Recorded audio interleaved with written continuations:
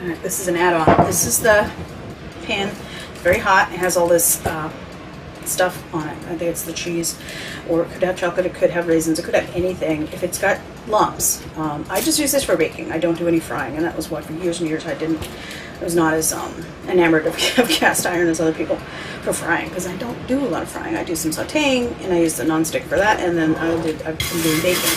So this is one of those things that the cake testing things.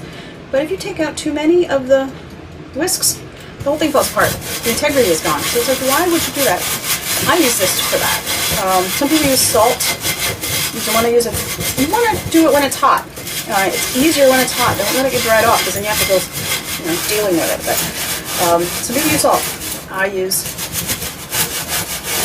this. I would use a vegetable brush, not with a nylon handle. You want to use nylon bristles. You want to look for natural bristles. A small corn brush. I use I have it in hand. I have small hand brushes. Those are natural bristles. So basically you want something that's not going to melt if it touches this.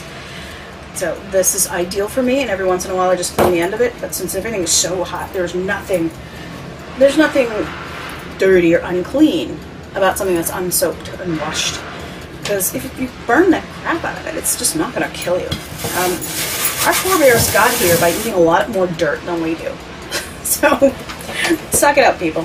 But anyways, that's what I use in between times to get the lumpy things off, and then I just have to keep it oiled. I don't have to.